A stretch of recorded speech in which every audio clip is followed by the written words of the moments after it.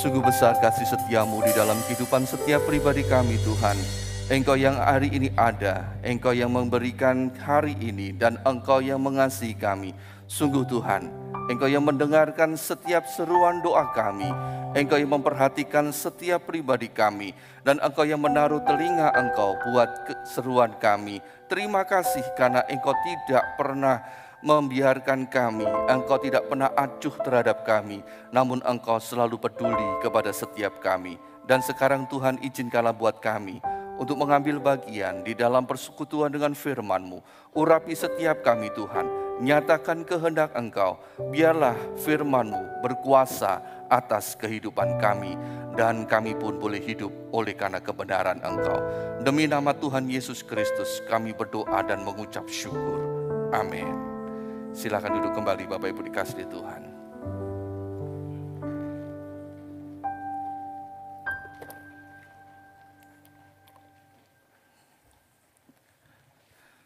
Shalom Bapak Ibu dikasihi Tuhan.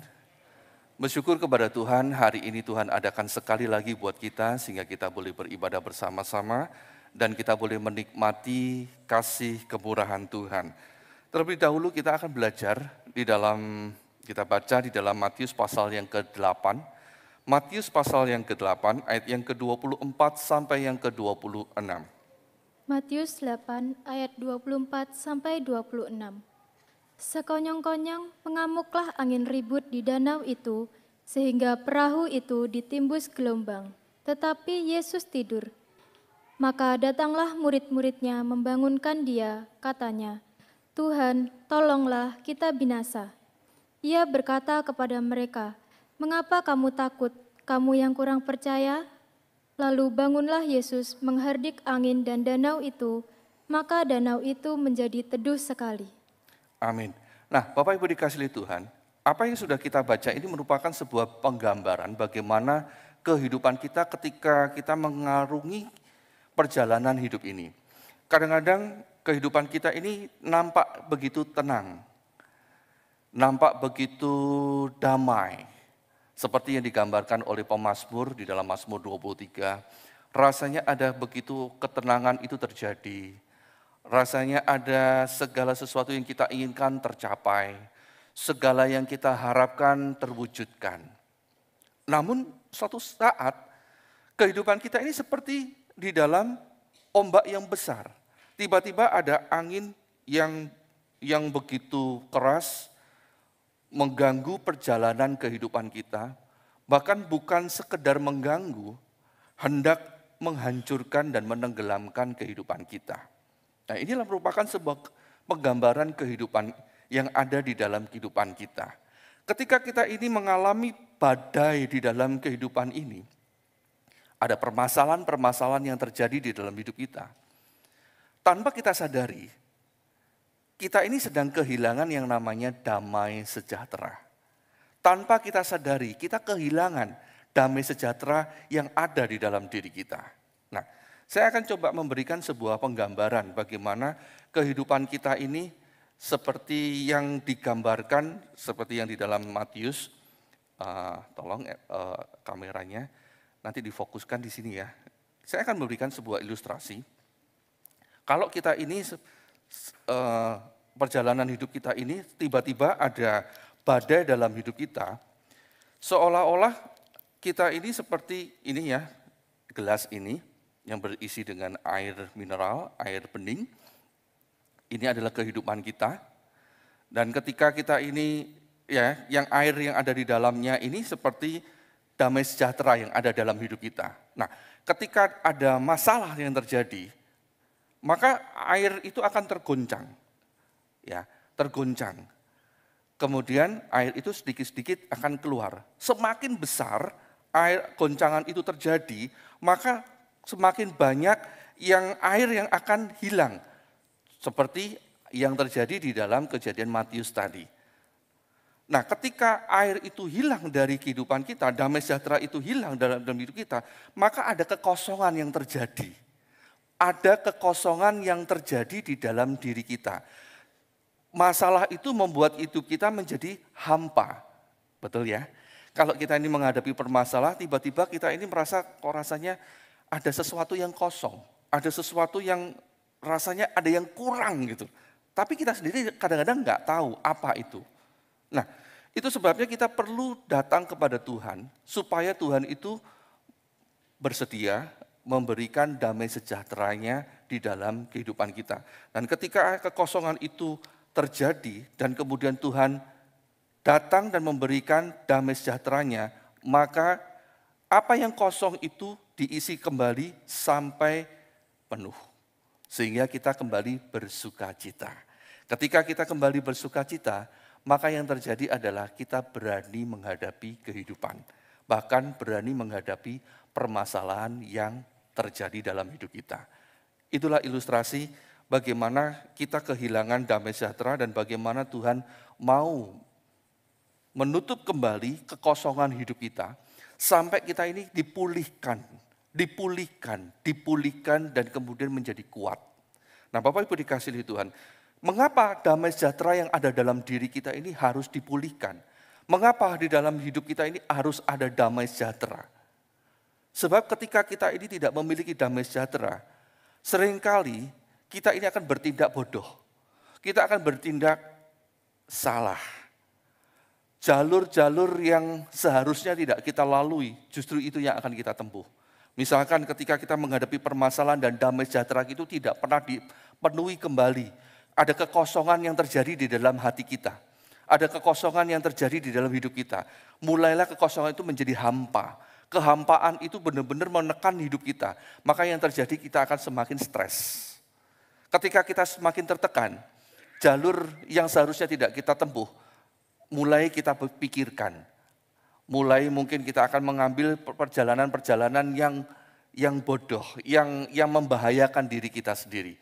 Dari perbuatan-perbuatan dosa sampai kita akhirnya membunuh diri kita sendiri. Sebab kita berpikir sudah nggak ada harapan lagi, sudah nggak ada pertolongan lagi buat kita. Sebab di dalam diri kita terjadi kekosongan. Nah, Bapak Ibu dikasihi Tuhan, ketika kita terjadi kekosongan di dalam diri kita mudah melakukan sebuah kesalahan. Bahkan kita akan sulit untuk berdoa. Kita akan sulit berdoa. Kita akan berpikir, apa faedahnya? Apa manfaatnya?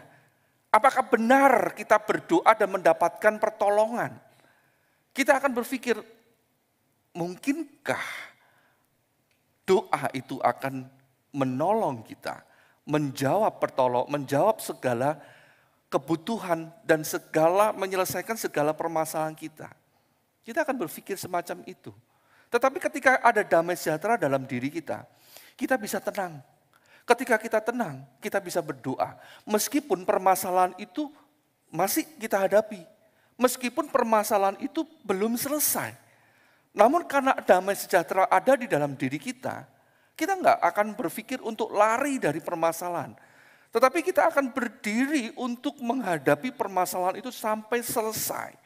Meskipun cara penyelesaiannya itu tidak sesuai dengan keinginan hati kita. Contohnya Stefanus. Nanti Bapak Ibu bisa baca mulai pasal yang ke-6 sampai pasal yang ke-7. Ketika dia itu menghadapi permasalahan, dia tidak melarikan diri.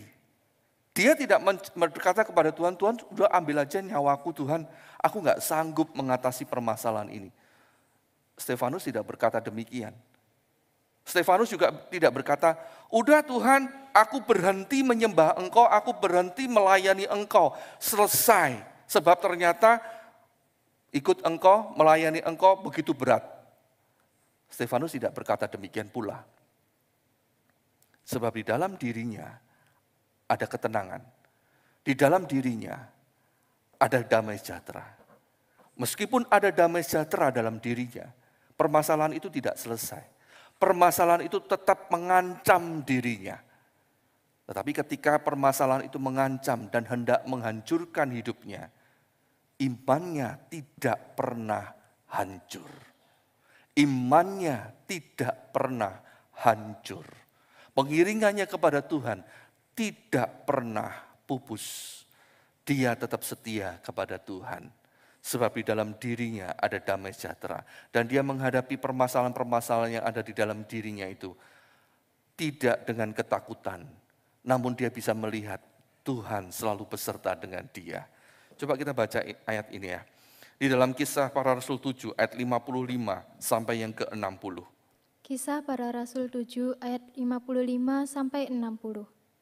Tetapi Stefanus yang penuh dengan Roh Kudus menatap ke langit, lalu melihat kemuliaan Allah dan Yesus berdiri di sebelah kanan Allah. Lalu katanya, "Sungguh, aku melihat langit terbuka dan Anak Manusia berdiri di sebelah kanan Allah." Maka berteriak-teriaklah mereka sambil menutup telinga serentak menyerbu dia. Mereka menyeret dia keluar kota, lalu melemparinya. Dan saksi-saksi meletakkan jubah mereka di depan kaki seorang muda yang bernama Saulus. Sedang mereka melemparinya, Stefanus berdoa, katanya, "Ya Tuhan Yesus, terimalah rohku." Sambil berlutut, ia berseru dengan suara nyaring, "Tuhan, janganlah tanggungkan dosa ini kepada mereka."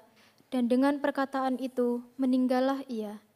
Bapak Ibu dikasihi Tuhan, meskipun ada damai sejahtera dalam dirinya, permasalahan itu tidak selesai.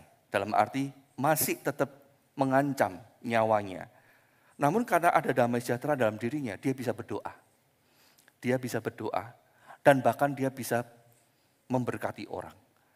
Di tengah-tengah permasalahannya, dia masih bisa bersaksi. Dia masih bisa bercerita. Dia masih bisa menceritakan kebaikan Tuhan. Bagaimana Tuhan memberkati, bagaimana Tuhan itu berkarya dalam hidupnya. Bahkan mengajak orang-orang untuk ikut bertobat. Dia masih bisa melayani di tengah-tengah kesulitan yang sedang dia hadapi. Sebab di dalam dirinya ada damai sejahtera. Nah, Bapak Ibu dikasihi oleh Tuhan, ini yang perlu kita pahami dalam hidup kita. Di dalam setiap kehidupan kita, di dalam setiap musim kehidupan kita, itu selalu ada permasalahan. Meskipun kadang-kadang nampak tenang, namun bisa kadang-kadang seperti murid-murid Yesus yang tiba-tiba menghadapi angin badai. Angin badai itu tidak diundang oleh murid-murid Yesus. Angin badai itu datang dengan sendirinya, tidak diundang. Dan bahkan angin badai itu membuat air di sekitar perahu mereka itu masuk dan akan menenggelamkan mereka. Gak diundang tapi menghancurkan. Itulah permasalahan. Tetapi karena ada damai sejahtera dalam dirinya, dalam diri Stefanus, meskipun ada badai permasalahan yang terjadi, dia tetap melayani, dia tetap memberkati, dia tetap berdoa buat orang lain. Sebab dia sudah melihat dirinya pasti selamat kok. Dia sudah melihat dirinya pasti selamat. Jadi dia tidak berdoa untuk dirinya sendiri. Dia tidak berdoa, "Tuhan selamatkan aku." Untuk apa? Karena dia sudah selamat. Dia melihat orang lain yang perlu diselamatkan. Maka dia berdoa buat orang lain. Nah, Bapak Ibu dikasihi oleh Tuhan. Disinilah yang perlu kita pahami dalam hidup kita. Ketika kita menghadapi permasalahan-permasalahan di dalam hidup kita, itu bukan alasan buat kita untuk berhenti berdoa. Ketika kita menghadapi permasalahan-permasalahan dalam hidup kita, itu bukan alasan buat kita untuk berhenti percaya. Bahkan bukan alasan untuk berhenti melayani Tuhan. Di dalam kehidupan kita ada banyak contoh sebenarnya. Bahkan kita memiliki contoh-contoh yang real, contoh-contoh yang nyata di tengah-tengah kita. Ada almarhum Bapak Gembala kita, ada almarhum Ibu Gembala kita, yang di tengah-tengah sakitnya tetap terus melayani. Bapak Gembala kita pun juga demikian. Meskipun sakit, meskipun capek, tetap melayani. Itu adalah sebuah bukti bahwa masalah yang terjadi dalam hidup kita, jangan dikasihani, jangan dilus-lus, "Oh iya, kamu kesayangan, tetap tinggal di dalam hidupku ya." Atau permasalahan yang terjadi dalam hidup kita mendapatkan perhatian khusus sehingga membuat semakin besar dalam hidup kita. Tapi cobalah belajar seperti Stefanus. Tidak berfokus kepada permasalahan, tetapi berfokus kepada Tuhan yang memberikan damai sejahtera itu. Sehingga tetap melayani di tengah-tengah kelemahannya, di tengah-tengah permasalahannya. Nah, Bapak Ibu dikasihi oleh Tuhan, itulah yang harus menjadi sebuah pertanyaan buat kita. Bagaimana ketika kita ini punya masalah? Mungkin permasalahan di dalam kesehatan kita. Masihkah kita percaya kepada Tuhan? Mungkin permasalahan di dalam keuangan. Masihkah mau percaya kepada Tuhan? Mungkin permasalahan dengan saudara, dengan keluarga, dengan teman-teman, di dalam pekerjaan dan sebagainya. Masihkah melayani Tuhan? Nah, Bapak Ibu dikasih oleh Tuhan, mari kita belajar. Ketika kita ini menghadapi permasalahan dan penderitaan, apa yang harus kita lakukan? Yang pertama, kita harus belajar berdoa. Seperti yang diajarkan oleh murid-murid Yesus. Di dalam Matius 8 ayat yang ke-25 tadi, ketika murid-murid Yesus itu mengalami permasalahan di dalam kehidupannya, mereka datang kepada Tuhan Yesus. Mereka cari Tuhan Yesus, mereka datang kepada Tuhan Yesus, dan kemudian mereka berkata kepada Tuhan. Mereka berseru kepada Tuhan, Tuhan tolonglah kita binasa. Dalam bahasa rohaninya, mereka datang kepada Tuhan Yesus dan berdoa. Mereka datang kepada Tuhan Yesus dan berdoa. Saya tidak sedang membahas tentang isi doanya, tetapi sikap ketika mereka memiliki permasalahan, mereka datang kepada Tuhan dan berdoa. Ketika mereka datang dan berdoa, mereka menceritakan isi hati mereka. Mereka mencurahkan isi hati mereka dan permasalahan mereka kepada Tuhan. Meskipun di tengah-tengah kekalutan mereka, mungkin bahasanya mungkin nampak kasar, nampak tidak hormat. Itu urusan nanti. Tapi yang jelas ketika mereka menghadapi permasalahan, mereka datang kepada Tuhan dan mencurahkan isi hatinya. Dan itu pula yang dilakukan oleh Hana. Ketika dia mengalami permasalahan dalam dirinya, Hana juga datang kepada Tuhan. Dia bercerita, dia datang di rumah Tuhan, kemudian dia ceritakan, dia curhat, dia ceritakan isi hatinya. Saking sedihnya, ketika dia menceritakan isi hatinya, dia tidak nampak ada kata-kata yang keluar dari lidah mulutnya. Sehingga Imam Eli sampai salah melihat, dipikir si Hana ini lagi mabuk. Kemudian Imam Eli menegurnya, ini masih siang loh, kok sudah mabuk gitu ya. Kemudian Hana berkata, saya enggak mabuk, tapi karena begitu sedihnya saya sedang mencurahkan isi hati saya kepada Tuhan. Dan Bapak Ibu dikasih oleh Tuhan, ketika Hana mencurahkan isi hatinya, pada saat itulah damai sejahtera dari Tuhan mulai mengisi kembali di dalam dirinya. Mengisi kembali, terus mengisi dan terus mengisi.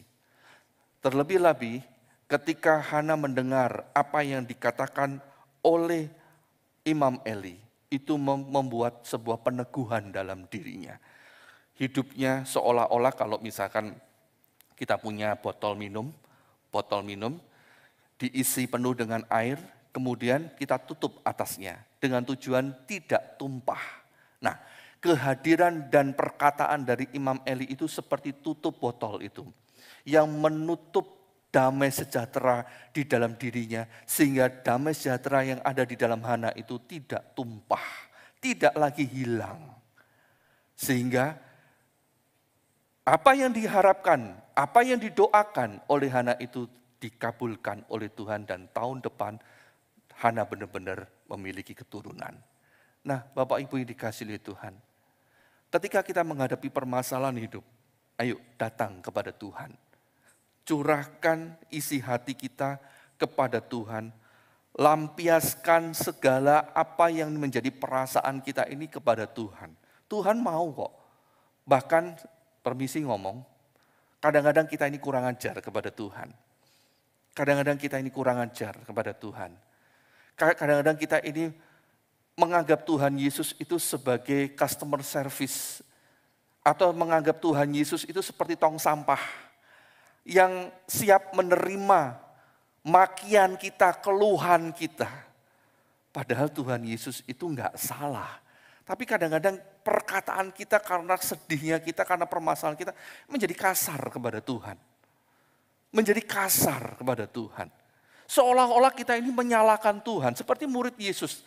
Ketika terjadi masalah di dalam perahu mereka datang kepada Tuhan dan mereka berkata, Tuhan, tolonglah kita binasa. Loh, apakah Tuhan yang bikin mereka binasa? Apakah Tuhan yang bikin masalah itu datang? Kan bukan. Kenapa Tuhan yang kena amarahnya? Kenapa Tuhan yang kena kasar perkataannya? Kadang-kadang kita kurang ajar seperti itu. Namun bersyukur. Sebab kita memiliki Allah yang begitu lemah lembut. Begitu panjang sabar dan murah hati. Sehingga meskipun kita ini, permisi ngomong, maki-maki Tuhan Yesus, Dia tetap mendengarkan kita dengan sabar. Mendengarkan kita dengan lemah lembut. Sehingga Dia memberikan jawaban-jawaban yang lemah lembut pula. Berbeda dengan kita. Berbeda dengan kita. Kalau kita ini enggak salah, tiba-tiba ada orang yang ngomong kasar kepada kita pun akan membalas dengan omongan yang kasar pula. Loh enggak salah kok dimaki-maki. Kan gitu toh. Coba misalkan ada istri, suaminya datang dari pekerjaannya, suaminya sudah membawa masalah dari pekerjaannya, pulang dengan wajah yang stres, dengan badan yang lelah. Kemudian minta air. Misalkan ngomong, istriku tolong ambilkan air, tolong ambilkan air minum. Dibawakan air minum. Mungkin terlalu panas menurut dia. Pada perasaan kali itu. Sudah dimaki-maki istrinya.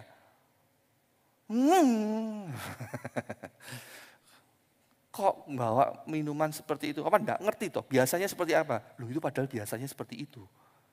Tapi karena perasaannya sudah jengkel, kesel, ngomel. Loh istrinya yang baik-baik mungkin juga akan berpikir, loh saya itu juga sudah kesel, capek, kok tiba-tiba dimaki seperti itu? Ya sudah, mulai juga nadanya mulai tinggi. Nah sudah, kalau sudah semakin tinggi, ya sudah. Akhirnya bertengkar. Hanya gara-gara air minum saja. Pertengkaran terjadi, semakin memuncak, perceraian terjadi. Kan begitu toh? Nah itu sebabnya Bapak Ibu dikasihi Tuhan, kita harus bersyukur punya Tuhan yang begitu lemah lembut. Meskipun kita ini maki-maki pada Tuhan, Tuhan itu lemah lembut. Tuhan menyadari kita dan menjawab kita dengan lemah lembut. Supaya kita sadar bahwa kita ini salah. Itu sebabnya kita butuh damai sejahtera dalam diri kita. Sebab kalau kita tidak ada damai sejahtera dalam diri kita akan memperlakukan Tuhan itu seperti tong sampah. Bahkan juga memperlakukan Tuhan itu seperti sampah yang tidak berharga. Tetapi kalau ada damai sejahtera dalam diri kita akan menjadi tenang. Ketika kita menjadi tenang, kita akan berpikir tenang pula, maka perkataan kita pun tidak akan sembrono di hadapan Tuhan. Sikap hidup kita kepada Tuhan pun juga enggak sembrono. Itu sebabnya Bapak Ibu dikasihi Tuhan, kita butuh tenang, butuh damai sejahtera. Supaya ketika kita menghadapi permasalahan yang menekan kehidupan kita tidak salah langkah, kita tidak salah menanggapi Tuhan. Alkitab kita ini menceritakan, beberapa kali ada peristiwa-peristiwa, karena tidak tenang, Tuhan disalah sangkai. Seperti misalkan di dalam Matius 14, ayat yang ke-25 sampai yang ke-27, di situ diceritakan bagaimana murid-murid Yesus melihat Yesus sedang berjalan di atas air. Di tengah-tengah ombak yang bergelora di dalam situasi yang gelap. Murid-murid Yesus sudah kepayahan, sudah hidupnya sudah payah dan sudah punya masalah besar dan mungkin juga penuh dengan ketakutan-ketakutan mereka bisa tenggelam dan sebagainya. Pada waktu itu Tuhan Yesus datang. Berjalan kaki di tengah-tengah gelombang yang sedang bergelora. Wih, keren banget itu ya. Nah, kalau itu mungkin zaman sekarang orang tidak akan berteriak-teriak, hantu itu hantu. Enggak, orang mungkin akan langsung ambil handphonenya. Apa itu? Wah, foto di video. Malah enggak takut kalau mungkin zaman sekarang ya. Nah, Bapak Ibu dikasihi Tuhan, ketika ada permasalahan itu, murid-murid Yesus salah menanggap. Dipikir itu hantu yang sedang mendekati mereka. Salah memahami, sebab di dalam dirinya ada kekosongan. Dan kekosongan itu diisi oleh kuasa-kuasa kegelapan. Sehingga pikiran mereka berpikir yang datang itu hantu, bukan Tuhan. Karena salah. Itu sebabnya hati kita harus ada selalu damai sejahtera. Contoh yang lain. Nah, coba kita baca ini. Markus 9 ayat yang ke-21 sampai yang ke-24. Markus 9 ayat 21 sampai 24. Lalu Yesus bertanya kepada ayah anak itu, "Sudah berapa lama ia mengalami ini?" Jawabnya, "Sejak masa kecilnya." Dan seringkali roh itu menyeretnya ke dalam api ataupun ke dalam air untuk membinasakannya. Sebab itu, jika engkau dapat berbuat sesuatu, tolonglah kami dan kasihanilah kami. Jawab Yesus, "Katamu, jika engkau dapat, tidak ada yang mustahil bagi orang yang percaya." Segera ayah anak itu berteriak, "Aku percaya, tolonglah aku yang tidak percaya ini." Bapak Ibu dikasih oleh Tuhan, coba perhatikan. Karena permasalahan yang dihadapi oleh ayah ini, orang tua ini, membuat dia tidak bisa lagi berpikir yang benar. Sebab damai sejahteranya sudah hilang, nggak tahu hilang seberapa banyak. Dan karena ada kekosongan dalam hati pikirannya, maka permasalahan itu menutup yang kekosongan itu, membuat dia semakin stres. Sehingga ketika dia berhadapan dengan Tuhan yang sebenarnya dia minta pertolongan kepada Tuhan, jadi salah ngomong. Bukan sekedar salah ngomong, tapi salah mengerti tentang Tuhan Yesus. Sehingga ketika dia minta pertolongan, dia berkata begini, "Jika engkau dapat berbuat sesuatu, tolonglah kami dan kasihanilah kami." Tuhan Yesus kaget dengan perkataan seperti itu. Tuhan Yesus berkata, "Katamu jika engkau dapat." Tuhan Yesus kaget. Kamu datang katanya minta pertolongan tapi kamu sendiri gak percaya. Nah, Bapak Ibu dikasih oleh Tuhan. Itu sebabnya ketika ditegur seperti itu, sadar orang ini. Langsung berkata, "Aku percaya, tolonglah aku yang tidak percaya ini." Sebab di dalam dirinya ada permasalahan yang menghantui dia, menggantikan damai sejahteranya, maka pikirannya dikuasai oleh permasalahan itu sehingga dia tidak bisa melihat siapa Yesus itu sebenarnya. Padahal dia sudah mendengar apa yang sudah dilakukan oleh Tuhan Yesus. Mungkin saja tetangganya, temannya, bukti-bukti yang sudah nyata itu ada dan dia sudah melihat dengan jelas. Bahkan mungkin dia suatu saat dia mendengar dan melihat sendiri apa yang Tuhan sudah lakukan. Namun karena permasalahan itu menggantikan damai sejahtera dalam hidupnya, maka dia salah memahami tentang Tuhan Yesus. Karena dia salah memahami Tuhan Yesus, dia pun salah ngomong, salah berucap, salah bersikap. Nah, Bapak Ibu dikasih oleh Tuhan, itulah sebabnya kita butuh damai sejahtera dalam diri kita. Supaya kita ini bisa tenang dan menghadapi permasalahan dan bisa memahami siapa Tuhan yang sebenarnya. Sama seperti yang dialami oleh Stefanus. Karena ada dalam dirinya ada damai sejahtera dalam hidupnya. Permasalahan itu tidak menggantikan damai sejahtera dalam dirinya. Sebaliknya, damai sejahtera yang dari Tuhan itu terus menguasai dirinya, memenuhi dirinya, melimpah dalam dirinya, sehingga dia bisa melihat Tuhan dengan baik. Dia bisa melihat Tuhan dengan benar. Dan dia benar-benar melihat Tuhan dengan benar sehingga dia tetap setia. Dia tetap memberkati orang lain di tengah-tengah penghujung hembusan nafasnya. Ada sebuah cerita, ya ini sebenarnya bukan cerita, ini adalah ada sebuah kejadian. Saya pernah menonton ada sebuah tayangan di media sosial. Sebenarnya bukan di negeri ini, tapi di negeri tetangga, di Nun jauh di sana. Nah, ada pasangan-pasangan anak muda yang datang ke sebuah wahana, arena permainan. Area permainan ini sebenarnya sederhana, yaitu kayak uji nyali gitu. Jadi ada orang-orang yang mengenakan pakaian-pakaian yang horor gitu, pakai jubah putih, rambutnya gimbal gitu. Nah, sebenarnya orang-orang yang masuk situ itu tahu kalau yang itu bukan setan. Itu bukan benar-benar ada.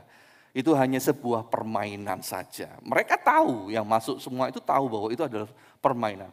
Tetapi sebelum mereka masuk, mereka sudah dikuasai dengan pikiran bahwa itu adalah tempat yang horor, tempat yang kita akan bertemu dengan penampakan replika orang mati, orang setan-setan dan sebagainya.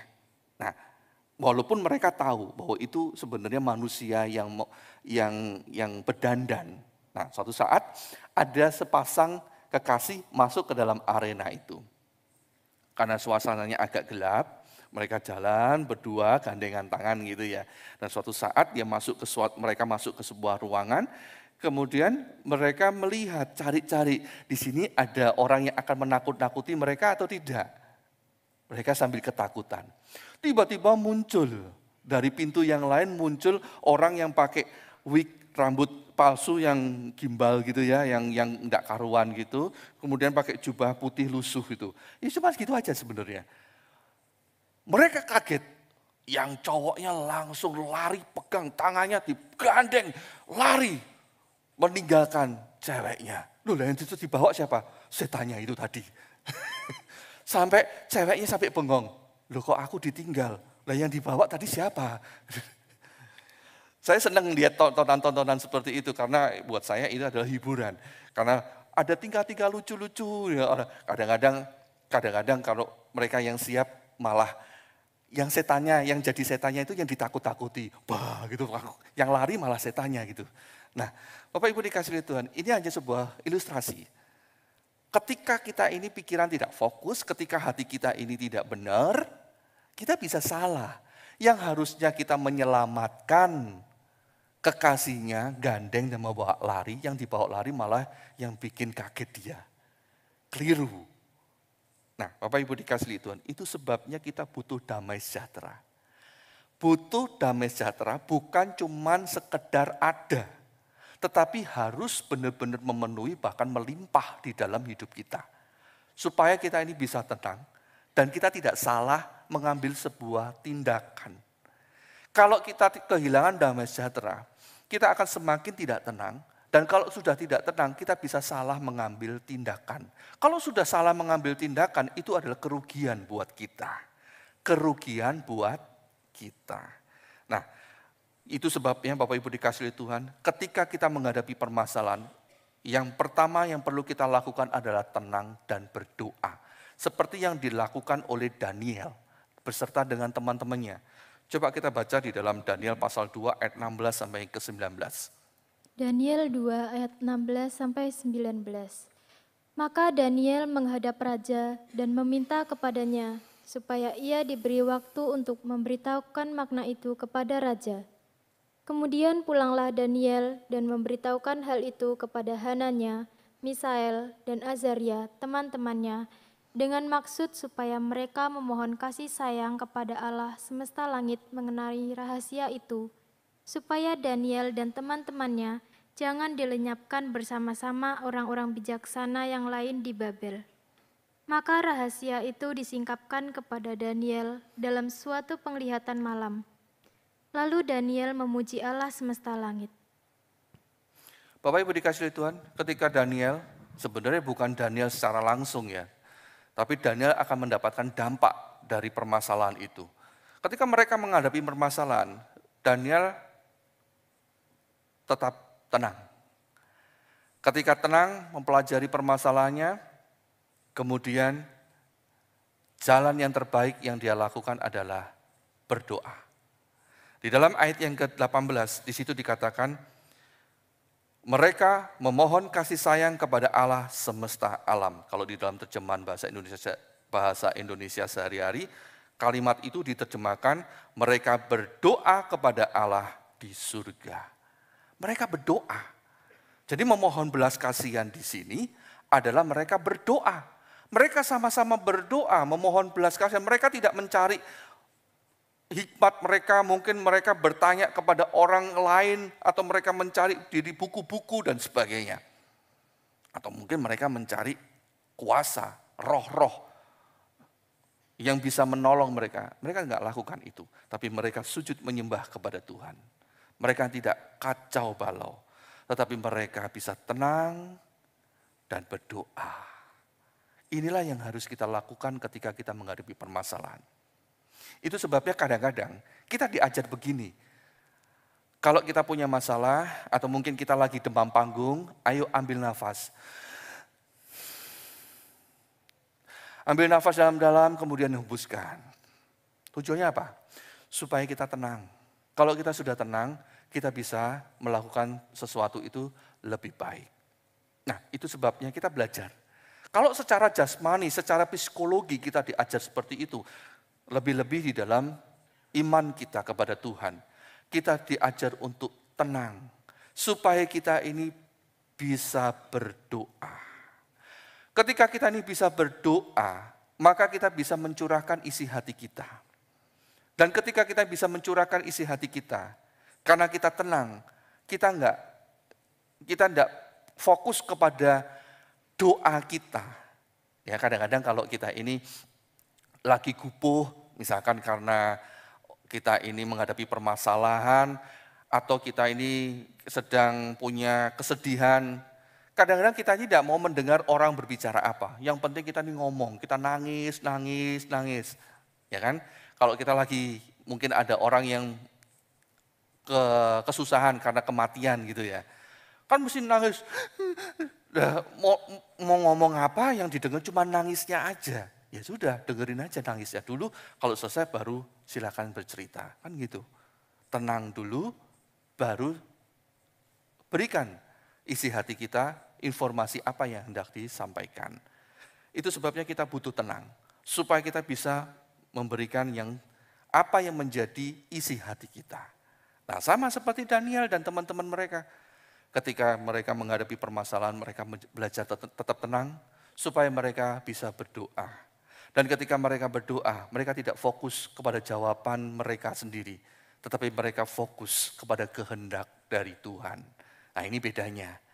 Kalau kita ini tidak bisa tenang, yang fokusnya pasti permintaan kita. Kita minta permintaan kita itu dijawab. Doa kita harus dijawab oleh Tuhan. Padahal Tuhan mau punya kehendak sendiri. Kita nggak mau dengar apa yang dijawab oleh Tuhan. Nah, beberapa waktu yang lalu kita ngobrol dengan seorang anak muda. Anak muda juga begitu. Iya, temannya bilang gini, iya ini loh. Dia tuh nggak mau dengar orang tuanya ngomong, nggak mau dengar orang lain ngomong. Dia tuh cuma ngomong keinginannya aja. Pokoknya keinginannya harus digenapi, harus dituruti. Orang lain ngomong apa, orang tuanya ngomong apa, gurunya ngomong apa, nggak peduli. Yang penting keinginannya yang harus dituruti. Nah, kalau kita bersikap seperti itu merugikan kita. Kita nggak akan mendapatkan jawaban yang terbaik dari Tuhan. Itu sebabnya kita harus belajar tenang. Kuasai diri kita dan jadi tenang supaya kita bisa berdoa. 1 Petrus 4 ayat yang ke-7. Coba baca ini. 1 Petrus 4 ayat 7. Kesudahan segala sesuatu sudah dekat. Karena itu, kuasailah dirimu dan jadilah tenang supaya kamu dapat berdoa. Di dalam terjemahan baru yang kedua, di situ dikatakan, kuasailah dirimu dan waspadalah supaya kamu dapat berdoa. Kuasai diri, jadi tenang. Kuasai diri supaya waspada, artinya kita enggak mau supaya kehendak kita saja yang didengar oleh Tuhan, tapi coba kita belajar untuk mendengar. Waspada dan tenang di hadapan Tuhan. Barulah kita bisa berdoa. Dan tetaplah berdoa. 1 Tesalonika 5 ayat yang ke-17. 1 Tesalonika 5 ayat 17. Tetaplah berdoa. Tetaplah berdoa. Terjemahan bahasa Indonesia sehari-hari dikatakan, berdoalah senantiasa. Di dalam terjemahan lama berkata, berdoalah dengan tiada berkeputusan. Nah, itulah yang perlu kita lakukan. Bagaimana kita bisa berdoa senantiasa, bagaimana doa kita nggak putus-putus kalau hidup kita nggak ada damai sejahtera. Yang ada adalah kekacauan, yang ada adalah kesedihan, yang ada adalah permasalahan. Pasti terintervensi, pasti akan terpotong dengan permasalahan yang terjadi dalam hidup kita. Kalau sudah terpotong dengan permasalahan-permasalahan, dengan kesedihan-kesedihan yang ada dalam diri kita akan berhenti berdoa. Jadi Bapak Ibu dikasih oleh Tuhan, tetaplah tenang. Biarlah damai sejahtera Tuhan itu menguasai hidup kita. Dan apapun yang terjadi, kita belajar berdoa. Nah, yang kedua kita belajar mengerti bahwa Tuhanlah yang menjawab doa. Tuhanlah yang menjawab doa. Di dalam Matius 8 ayat yang ke-26 di situ. Ketika mereka berseru kepada Tuhan di dalam ayat yang 25, ayat yang ke-26, Tuhan memberikan sebuah jawaban. Saya tidak sedang membahas sekali lagi tentang isi dari jawaban dari Tuhan. Tetapi di sini saya sedang mengingatkan kepada Bapak Ibu semua, ketika kita berdoa, Tuhan memberikan jawabannya. Tuhan memberikan jawabannya. Dan seringkali orang berpikir begini, bertanya begini, apakah Tuhan mendengar doa saya? Kapan Tuhan bertindak untuk menolong? Apakah Tuhan itu akan menjawab sesuai dengan keinginan doa kita? Nah, seringkali pertanyaan-pertanyaan semacam itu muncul ketika kita ini berdoa. Bapak Ibu dikasih oleh Tuhan, yang perlu kita luruskan hari ini adalah bukan masalah jawaban atas doa. Ketika kita ini berdoa, intinya itu bukan jawaban atas doa kita. Jangan fokus kepada jawabannya. Tetapi di sini kita perlu mengerti bahwa ketika kita ini berdoa, sesungguhnya doa itu adalah wujud dari iman kita. Doa kita itu adalah wujud dari iman kita. Dan Tuhan itu bisa melihat iman kita melalui doa kita. Kita kan tidak pernah berpikir seperti itu kan? Kita kan selalu berpikirnya, doa itu adalah sebuah komunikasi, betul, doa memang sebuah komunikasi. Doa itu adalah sebuah cara kita ini menyampaikan sebuah permohonan kepada Tuhan, betul. Namun, ketika kita berpikir seperti itu, kita selalu berpikir jawabannya Tuhan itu apa? Sesuai enggak dengan keinginan kita? Kita akan selalu membandingkan antara doa kita dengan jawaban Tuhan. Itu yang selalu terjadi. Nah, sekarang kita perlu luruskan bahwa doa itu sesungguhnya adalah wujud dari iman kita. Dari doa kita, Tuhan bisa melihat kualitas iman percaya kita kepadanya. Jadi Bapak Ibu dikasih oleh Tuhan, doa itu bukan tentang keinginan kita, juga bukan tentang dijawab atau tidaknya doa kita. Tetapi doa merupakan iman percaya kita kepada Tuhan. Ingat baik-baik itu. Doa kita itu tentang iman percaya kita kepada Tuhan. Di dalam Lukas, kita baca dulu. Di dalam Lukas 18 ayat 1 sampai ke 8. Kita baca ini. Lukas 18 ayat 1 sampai 8. Yesus mengatakan suatu perumpamaan kepada mereka untuk menegaskan bahwa mereka harus selalu berdoa dengan tidak jemu-jemu. Katanya, dalam sebuah kota ada seorang hakim yang tidak takut akan Allah dan tidak menghormati seorang pun. Dan di kota itu ada seorang janda yang selalu datang kepada hakim itu dan berkata, "Belalah hakku terhadap lawanku." Beberapa waktu lamanya hakim itu menolak.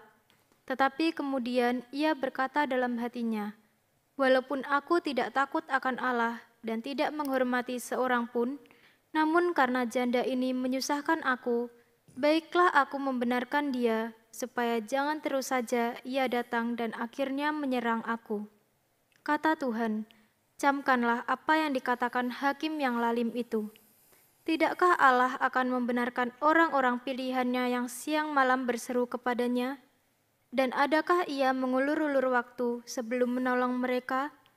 Aku berkata kepadamu, ia akan segera membenarkan mereka. Akan tetapi, jika Anak Manusia itu datang, adakah ia mendapati iman di bumi? Bapak Ibu dikasihi Tuhan, bisa nggak orang tidak percaya itu berdoa? Bisa atau tidak orang yang tidak percaya itu berdoa kepada Tuhan? Bisa, tentu bisa. Semua orang bisa berdoa kepada Tuhan. Tetapi sekarang yang menjadi sebuah pertanyaan, bisa nggak? Bisa atau tidak? Orang terus berdoa tanpa jemu-jemu kalau dia tidak percaya kepada Tuhan. Orang tidak percaya kepada Tuhan bisa berdoa, tetapi dia tidak akan pernah berdoa terus-menerus. Dia mungkin hari ini berdoa, tetapi besok belum tentu berdoa. Hari ini berdoa, nanti belum tentu berdoa. Sebab dia nggak percaya. Sedangkan yang diinginkan oleh Tuhan, berdoalah selalu dengan tidak jemu-jemu. Hanya orang yang percaya yang bisa berdoa, yang terus-menerus tanpa jemu-jemu. Dan Bapak Ibu dikasihi Tuhan, dari pelajaran apa yang sudah kita baca tadi, itu ada banyak. Di dalam Lukas 18 ini ada banyak pelajaran yang begitu luar biasa. Antara lain kita dapat mendapatkan sebuah pengertian. Apakah kita perlu mencari jawaban dari Tuhan ketika kita ini berdoa? Mana yang lebih penting? Jawaban dari Tuhan atau doa itu merupakan sebuah pernyataan iman kita kepada Tuhan. Apakah kita ini berdoa doa itu hanya untuk orang percaya saja? Kan tidak, kita sudah jawab tadi ya. Nah, ada banyak yang bisa kita renungkan dari Lukas 18 ini. Tetapi di dalam ayat yang ke-8 ini, Tuhan memberikan sebuah perkataan. Aku berkata kepadamu, ia akan segera membenarkan mereka. Akan tetapi, jika Anak Manusia itu datang, adakah ia mendapati iman di bumi? Awalnya Tuhan itu sedang membahas tentang doa. Tentang doa. Dan doa yang tidak terputus, doa yang tidak jemu-jemu, yang selalu berdoa, yang selalu didoakan. Kemudian dia menutup dengan sebuah pernyataan. Ketika Anak Manusia itu datang, adakah ia mendapati iman di bumi? Jadi Bapak Ibu dikasihi Tuhan, di sini kita mendapatkan suatu pelajaran yang sangat penting. Bahwa doa itu sangat berhubungan dengan iman. Doa itu sangat berhubungan dengan iman dan hanya orang yang percaya saja yang akan terus berdoa. Tetapi orang yang tidak percaya, dia akan berhenti berdoa. Nah sekarang bagaimana dengan kita? Masih berdoa enggak? Masih berdoa atau sudah berhenti? Atau kalau kita berdoanya pada waktu mau makan, itu pun ngomongnya gini, Tuhan berkati makanan kami, haleluya, amin. Tuhan, saya lapar, makan dulu ya, amin. Gitu? Atau mau bubuk, Tuhan ngantuk, dadah, gitu? Bapak Ibu dikasihi Tuhan. Apakah itu doa? Itu laporan, itu absen. Jadi Bapak Ibu yang dikasihi Tuhan, kita berdoa bukan karena ingin dijawab oleh Tuhan, kita perlu paham itu. Kita berdoa bukan karena ingin doa kita ini dijawab oleh Tuhan. Tetapi kita berdoa sampai kita ini percaya kepada Tuhan. Dan kita ini berdoa makin percaya dan semakin percaya kepada Tuhan. Itulah doa yang benar. Dan orang yang berdoa dengan cara yang benar, dengan hati yang benar, dengan pengertian yang benar, mereka akan semakin percaya kepada Tuhan dan semakin suka berdoa kepada Tuhan. Itulah doa. Tapi kalau kita ini berdoa, tapi kita mengharapkan jawaban atas doa, itu permohonan. Itu permintaan. Itu bukan doa yang diinginkan oleh Tuhan. Yang diinginkan oleh Tuhan adalah kita ini berdoa sampai kita ini percaya kepada Tuhan, makin percaya kepada Tuhan dan semakin suka berdoa. Dan ingat Bapak Ibu dikasih oleh Tuhan, Tuhan yang menjawab doa. Tuhan yang menjawab doa. Dan Tuhan itu yang mampu menjawab doa kita. Sebab tidak ada yang sukar buat Tuhan. Kita baca di dalam 1 Samuel 14 ayat yang ke-6.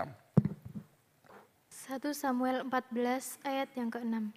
Berkatalah Yonatan kepada bujang pembawa senjatanya itu, "Mari kita menyeberang ke dekat pasukan pengawal orang-orang yang tidak bersunat ini. Mungkin Tuhan akan bertindak untuk kita, sebab bagi Tuhan tidak sukar untuk menolong, baik dengan banyak orang maupun dengan sedikit orang." Bagi Tuhan tidak sukar untuk menolong. Bagi Tuhan tidak sukar untuk menolong apapun permasalahan kita. Apapun permasalahan dan kesedihan kita. Bagi Tuhan tidak sukar untuk menolong. Sebab tidak ada yang mustahil bagi Tuhan. Yeremia 32 ayat yang ke-27. Yeremia 32 ayat 27. Sesungguhnya akulah Tuhan Allah segala makhluk. Adakah sesuatu apapun yang mustahil untukku? Adakah sesuatu apapun yang mustahil untuk Tuhan? Enggak ada. Segala sesuatunya bisa diatasi oleh Tuhan. Sesulit apapun menurut pemikiran kita, semuanya bisa diatasi. Itu sebabnya enggak usah berpikir apa jawaban dari Tuhan. Tapi percayalah bahwa Tuhan mampu menolong. Urusan bagaimana Tuhan itu menjawab, bagaimana Tuhan menolong kita, itu urusannya Tuhan. Bukan urusan kita. Kita nggak perlu mengatur Tuhan. Oh Tuhan, engkau harus mengatur, harus menjawabnya dengan begini. Nggak perlu kita memikirkan seperti itu. Yang penting kita ini percaya kepada Tuhan dan kita berdoa kepada Tuhan. Cara penyelesaiannya urusannya Tuhan. Dan ketika kita melihat bahwa Tuhan menyelesaikan masalah kita, kita pun akan terkagum-kagum kepada Tuhan. Dan makin percaya kepada Tuhan. Dan apapun permasalahan kita akan berani berdoa kepada Tuhan. Makin percaya kepada Tuhan, makin berani berdoa kepada Tuhan. Tidak lagi memberikan permohonan-permohonan di dalam doa kita. Namun kita bisa menyembah kepada Tuhan. Menyembah dan memuliakan kepada Tuhan. Sebab kita tahu siapa pribadi yang sedang kita sembah, di mana kita berdoa kepadanya. Itu sebabnya Bapak Ibu dikasih oleh Tuhan. Apapun permasalahan kita, apapun kesedihan yang sedang kita alami, berdoalah kepada Tuhan. Sebab sesungguhnya Tuhan itu berkenan kepada seruan orang yang dikasihinya. Mazmur 21, Mazmur 91, ayat yang ke-14 sampai yang ke-16. Mazmur 91 ayat 14 sampai 16. Sungguh hatinya melekat kepadaku, maka aku akan meluputkannya. Aku akan membentenginya, sebab ia mengenal namaku. Bila ia berseru kepadaku, aku akan menjawab. Aku akan menyertai dia dalam kesesakan. Aku akan meluputkannya dan memuliakannya. Dengan panjang umur akan kukenyangkan dia, dan akan kuperlihatkan kepadanya keselamatan daripadaku. Orang yang dikasihi oleh Tuhan, orang yang hati Tuhan melekat di dalam orang itu, Tuhan berkata, aku akan menyertai dia dalam kesesakan. Aku akan meluputkannya dan memuliakannya. Sudah ditolong, dilepaskannya, disertai, masih dimuliakan lagi. Keren nggak Tuhan kita ini? Itu sebabnya kita nggak perlu mengatur bagaimana cara Tuhan menolong kita. Yang penting kita percaya kepada Tuhan. Itu sebabnya kita berdoa. Jadi sekali lagi Bapak Ibu dikasih oleh Tuhan. Kita berdoa supaya kita percaya kepada Tuhan. Dan makin percaya kepada Tuhan. Itu tujuan kita berdoa. Di dalam Mazmur 91 tadi, di dalam terjemahan baru, terjemahan bahasa Indonesia sehari-hari dikatakan ini. Di waktu kesesakan, aku akan menolong dia. Dia akan kuluputkan dan kuberi kehormatan. Nah, lihat Bapak Ibu dikasih oleh Tuhan. Bagaimana orang-orang yang dikasih oleh Tuhan itu mendapatkan kehormatan, ditinggikan oleh Tuhan, itu benar. Apa yang dialami oleh Yusuf, anak Yakub, ketika dia mendapat masalah-masalah yang membuat dia semakin hina, seolah-olah dia dari anak orang kaya, pangeran di rumahnya, misalkan begitu ya, diturunkan, masuk ke dalam sumur yang kering, terus dijual jadi budak, di tanah yang asing menjadi budak, terus dimasukkan ke penjara. Di penjara sudah ada orang yang mengingatnya lagi. Nggak ada pertolongan buat dia. Selain dari ya teman-temannya yang satu penjara, sipirnya, kepala penjaranya, ya cuman itu aja. Tapi dunia luar tidak mengenal dia. Udah kelihatannya begitu rendah. Tapi tiba-tiba tangan Tuhan mengangkat dia tinggi-tinggi. Di luar jangkauan pikiran banyak orang, semua orang, termasuk dari Yusuf sendiri. Diangkat tinggi, diberi kehormatan dan kemuliaan oleh Tuhan. Sampai Fir'aun pun taruh hormat kepada Yusuf.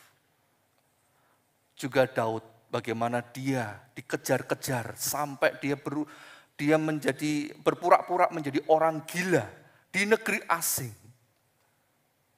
Tuhan tolong sampai dipermuliakan sampai hari ini. Lihat Bapak Ibu dikasih oleh Tuhan, inilah yang dialami oleh orang-orang yang dikasihi oleh Tuhan. Itu sebabnya, mengapa orang yang percaya kepada Tuhan itu selalu suka berdoa. Karena dia melihat bagaimana Tuhan memperlakukan orang yang suka berdoa. Karena orang yang dikasihi oleh Tuhan itu pasti berdoa, suka berdoa. Itu sebabnya doa itu menjadi jalan kehidupannya, menjadi jalan ninjanya gitu ya. Doa itu menjadi cara dia itu untuk mengucap syukur. Untuk menceritakan bagaimana Tuhan itu sangat sayang kepada dia. Itu sebabnya Bapak Ibu yang dikasihi oleh Tuhan, gak heran. Kalau kita mendapati orang-orang percaya itu suka berdoa. Sebab memang inilah kesukaannya. Yang menjadi sebuah pertanyaan. Apakah kita suka berdoa atau tidak? Apakah kita suka berdoa atau tidak? Nah Bapak Ibu dikasihi Tuhan, ketika kita menghadapi permasalahan, ayo datang kepada Tuhan. Berdoalah kepada Tuhan. Yakobus 5 ayat 13 bagian A. Yakobus 5 ayat 13a. Kalau ada seorang di antara kamu yang menderita, baiklah ia berdoa. Kalau ada di antara kita yang menderita, berdoa. Tapi walaupun kita enggak menderita, tetap berdoa. Tetap kata firman Tuhan katakan, waspada, berjaga-jagalah di dalam doa. Berdoa.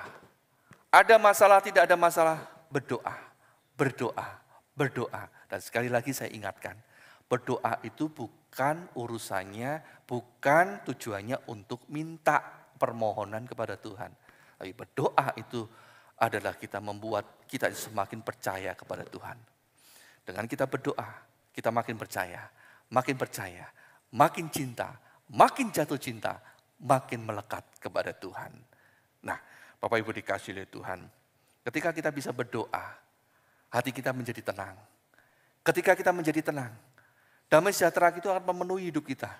Kalau kita sudah memiliki damai sejahtera, ketenangan dalam hidup kita, sebagian dari permasalahan kita itu sudah terselesaikan. Coba ya, baca di dalam Amsal pasal 14 ayat yang ke-30. Amsal 14 ayat 30. Hati yang tenang menyegarkan tubuh, tetapi iri hati membusukkan tulang. Hati yang tenang menyegarkan tubuh. Hati yang tenang itu menyegarkan tubuh. Kalau tubuh kita segar, tubuh kita sehat, bisa bekerja enggak? Bisa melakukan aktivitas enggak? Bisa berkarya enggak? Nah, kan sebagian besar kan sudah terselesaikan masalah kita. Kalau hati kita ini tenang, tubuh kita segar, kita bisa menghadapi permasalahan, kita bisa melihat permasalahan itu di mana letak permasalahannya, di mana kita bisa mengatasinya. Karena hati kita tenang dan tubuh kita bisa melakukan sebuah tindakan untuk menyelesaikan. Jadi Bapak Ibu dikasih Tuhan, dengan hati yang tenang kita sudah menyelesaikan sebagian dari permasalahan kita. Terlebih lagi kalau kita dengan hati yang tenang, kita bisa berdoa. Maka permasalahan kita itu bukan kita lagi yang akan menyelesaikan, tetapi Tuhan yang akan turun tangan untuk membuktikan bahwa Dia sungguh-sungguh mengasihi kita. Sekali lagi, cara Tuhan menyelesaikan itu sesuai dengan kehendak Dia. Itu sebabnya Bapak Ibu dikasih Tuhan, hari ini saya ajak, firman Tuhan mengajak supaya kita semua menjadi tenang agar kita bisa berdoa. Dan berdoalah supaya kita bisa tenang. Mazmur 86 ayat yang ketiga sampai yang ke-8. Mazmur 86 ayat 3 sampai 8.